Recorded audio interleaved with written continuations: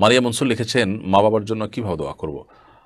মা বাবার জন্য আপনি দোয়া করবেন কীভাবে, আল্লাহ তাআলা নিজে শিক্ষা দিয়েছেন, ওয়াকুর রব্বির হামহুমা কামা রাব্বায়ানি সগীরা। আর তুমি বলো যে হ্যাঁ আমার রব, হ্যাঁ আমার পালনকর্তা, আপনি আমার মা বাবা উভয়ের প্রতি আপনি রহম করুন, যেভাবে তারা আমাকে ছোটোবেলায় শৈশবে আমার প্রতি রহম করেছেন, অনুগ্রহ করেছিলেন।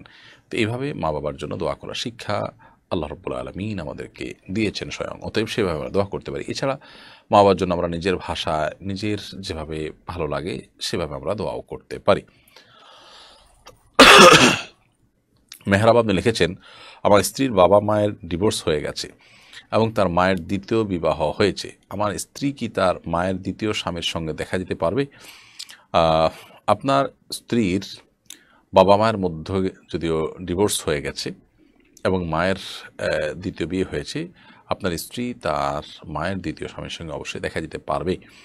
কারণ হলো, মায়ের স্বামী তিনি যদি আপনার আপন বাবা নাও হন, তারপর তিনি এক ধরনের বাবা। মায়ের স্বামী হওয়ার কারণেই আপনার সাথে তার সন্তান এবং পিতা সুলভ এক ধরনের সম্পর্ক তৈরি হয়, যার কারণে তার সাথে দেখা দিতে পারবেন। এরপর প্রশ্ন করছেন আপনি মানিক আহমেদ, আপনি লিখেছেন ওয়াহাবি কারা, এরা কি মুসলিম? অনলাইনে দেখলাম এক বক্তা সুন্নি তরিকায় যোগ দিলেন, কালিমা পড়ে নতুনভাবে মুসলিম হয়ে, এ বিষয়ে যদি কিছু বলতেন। খুবই দুঃখজনক একটি ব্যাপার। ওয়াহাবি বলা হয় সৌদি আরবের আব্দুল ওয়াহাব নজদি রাহিমাহুল্লাহ, একজন আলিম, একজন দায়ী ছিলেন। তাকে নিয়ে নানামুখী চিন্তাভাবনা, নানা ধরনের চিন্তাধারা আছে, কিন্তু দিন শেষে তিনি যে মুসলিম ছিলেন এবং তার যে অনেক ভালো কর্ম ছিল সে ব্যাপারে কোনো সন্দেহ রাখবার কোনো সুযোগ নেই। তাওহীদ এবং সুন্নাতের পথে দাওয়াত দিতেন, বিদআতের ব্যাপারে কঠোর এবং শিরকের ব্যাপারে কঠোর ছিলেন। দিন শেষে তিনি মানুষ ছিলেন, তার সমালোচনার জায়গা থাকতে পারে, কিন্তু তার যে মূল পরিচয় সেটি পরিষ্কার। তো সাধারণত আমাদের দেশে যারা তাওহীদ এবং শিরকের ব্যাপারে সচেতন, শিরক থেকে বেঁচে থেকে তাওহীদকে প্রতিষ্ঠা করতে চায়, বেদাত থেকে বেঁচে থেকে সুন্নাহকে প্রতিষ্ঠা করতে চায়, তাদেরকে আমাদের দেশে চট্টগ্রাম অঞ্চলের দিকে সাধারণত ওয়াহাবি বলে আপনার ট্রল করা হয়, অর্থাৎ আব্দুল ওয়াহাব নজরুল অনুসারী বলে দাবি করা হয়। ওয়াহাব আল্লাহ তাআলার গুণবাচক নাম। ওয়াহাবি হওয়া মানে আল্লাহওয়ালা হওয়া, সে অর্থেও হয়, যদিও সে অর্থে বলা হয় না। তো যাই হোক, কেউ আপনার ওয়াহাবি হলে তিনি অমুসলিম এমনটি মনে করার কারণ নেই। আর যারা নিজেদেরকে সুন্নি দাবি করছেন, মানে ওয়াহাবির বিপরীতটা দাবি করছেন, তারা নিজেদেরকে মনে করছেন যে তারা কোরআন হাদিসের অনুসারী, তারা সুন্নাহর অনুসরণ করছেন। এই ভাইদের মধ্যে যেরকম ভুল ত্রুটি আছে, ত্রুটিটা কোনো কোনো পর্যায়ে ঈমান চলে যাওয়ার মতো পর্যায়ে হয়ে যেতে পারে যদি শিরক হয়ে যায়। বাকি সবাই তো সে পর্যায়ে না, নিশ্চয়ই অনেকে আছেন যারা আসলে শিরকের পর্যায়ে যান নাই, তারা আমাদের মুসলিম ভাই। সো এখানে কালিমা পড়ে ইসলাম গ্রহণ করার ইস্যু আসলে নেই, বা এটা প্রযোজ্য হয় না। এখানে যদি এরকম কিছু হয়ে থাকে সেটা দুর্ভাগ্য ছাড়া আর কিছুই নয়, এটা বাড়াবাড়ি ছাড়া আর কিছুই নয়।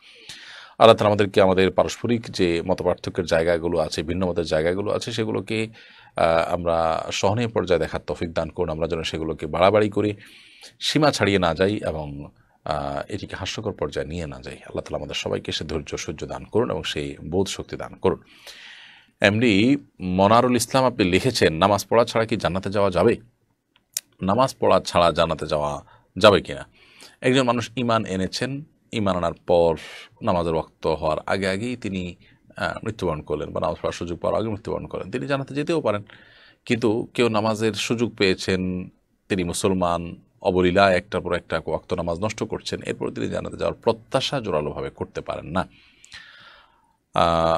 ইমাম আবু হানিফা রাহিমাহুল্লাহ সহ অনেক ইমামদের মতেই যদি কেউ ঈমান আনার পর নামাজ ত্যাগ করেন বা নামাজ অবহেলা করেন, কিন্তু তার ভিতরে নামাজ না পড়ার কারণে অপরাধ বোধ থেকে থাকে, তাহলে অবশ্যই তিনি অপরাধ বোধ যে আছে এই কারণে মুসলিম, এবং সেই হিসাবে আল্লাহ তাআলা চাইলে তার অপরাধ মাফ করে তাকে জান্নাত দিতে পারেন, সে সম্ভাবনা থাকে।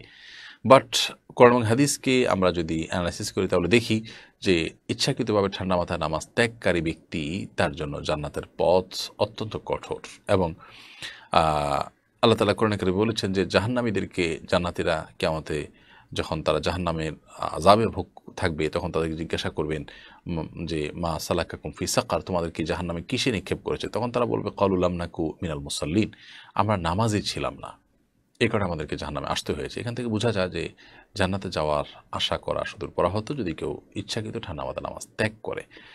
আল্লাহ তাআলার রহমত অনুগ্রহ হলে জাস্ট ঈমানের ভিত্তিতে আল্লাহ তাআলা কাউকে চাইলে মাফ করে দিতে পারেন, সেটা অপশনাল। কিন্তু কোরআন হাদিস বলছে যে নামাজ ইচ্ছাকৃতভাবে ত্যাগ করা ব্যক্তি জাহান্নামে যাবে। সো আমাদের সতর্ক থাকতে হবে এবং জান্নাতে যাওয়ার আশা করে বসে থাকলাম আর নামাজ পড়লাম না, এটা হলো এক ধরনের গাছ লাগিয়ে আরেক ধরনের ফসল আশা করার মতো।